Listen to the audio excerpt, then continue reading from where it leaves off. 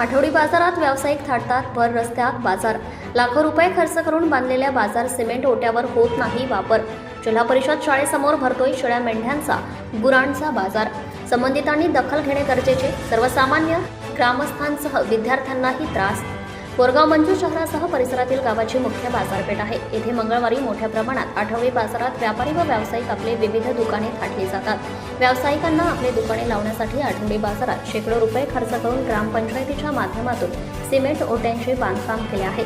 परंतु संबंधित आठवडी बाजाराच्या दिवशी सदर व्यावसायिक व व्यापारी आपले दुकाने सिमेंट ओट्यावर न लावता थेट सार्वजनिक रस्त्यावर दुतर्फा दुकाने थाटली जातात.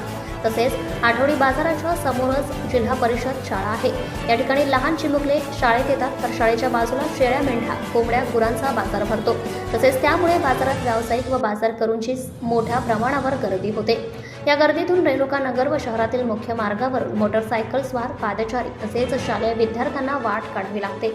अनेक वेळा गर्दीतून मार्ग काढताना शालेय विद्यार्थ्यांच्या सुरक्षेच्या दृष्टिकोनातून वाद निर्माण होण्याची शक्यता नाकारता येत नाही. दरम्यान संबंधित ग्रामपंचायतीच्या वतीने आठवडी बाजारात येणाऱ्या व्यावसायिकांची दुकाने सिमेंट ओट्यावर लावण्यासाठी योग्य त्या दृष्टीने उपाययोजना करणे गरजेचे.